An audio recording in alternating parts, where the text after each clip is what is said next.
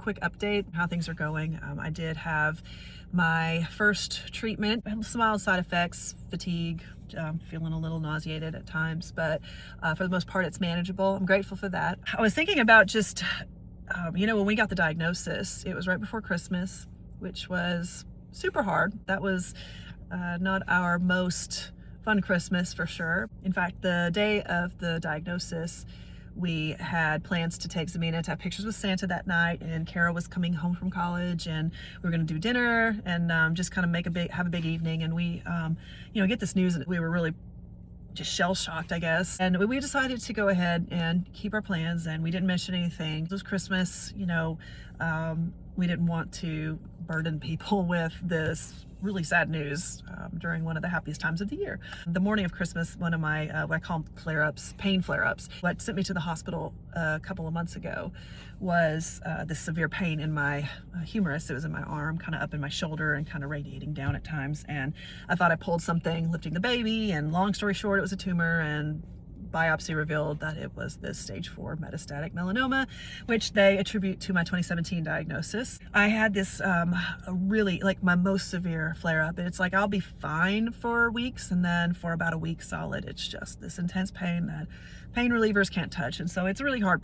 It's a hard time. Christmas morning, I started having one come back, and it was the most intense ever. I'm still trying to process all this news and telling people. After Christmas, we decided to start, sharing this news with our family and friends, and it was hard for me to just really hear from the Lord. I told a good friend of mine that it's like, I try to pray and I cry out to the Lord, and it's like all I can do is cry, literally tears. That's all I can do, because all I can see or feel or anything is just this intense pain that I'm in. I felt like I was trying hard to connect with the Lord, and I just couldn't. I had lots of people share with me that they just, believed I was going to be healed. I was like, I want to hear from the Lord on it. Like, I want to get a word from him. When I was diagnosed in 2017, he gave me the story in Mark 5 of the woman. You may have heard me share that before when we were on the road full time doing music with Crosby Lane. And if you've been to a concert, I share my cancer journey from 2017. Well, since this is a continuation of that, then I'm going to kind of cling to that story. So I kind of went back to that moment when I got the news. Calling John immediately, I prayed to the Lord. I said, now what? What is this? Did not see this coming. And in my spirit, I heard the Lord say, same game plan. I just was kind of like, well, okay, yeah, I'm going to keep trusting you, because we knew that we were dealing with something. But I just, again, my prayer and belief was that it was going to be fine, and it was going to be benign. We could address it.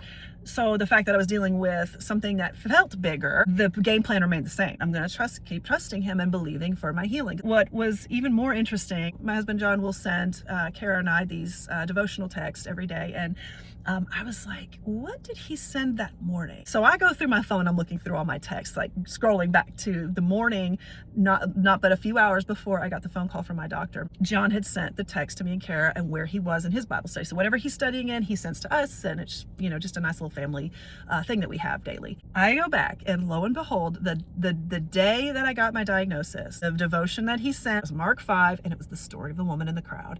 And I was like, that is not a coincidence. Well, if this is a continuation of that, then that is the same game plan. And the fact that it was Mark 5 that my husband sent that morning, and I didn't remember it, because you get news like this and you're just like, when I went back to that was like my aha moment. And it's not to say I don't have my, my bad days, but every day I think I feel more and more excited to see what God's going to do through this. And I feel more confident in, he's going to heal me. I mean, I'm still kind of going through a valley because I'm walking through this treatment. I'm walking through the side effects, taking care of a baby and feeling tired and just really, I miss running. I can't, because of my arm, I have limitations, and I have to be very careful with it. And I don't feel like myself, but I believe that I'm going to very soon.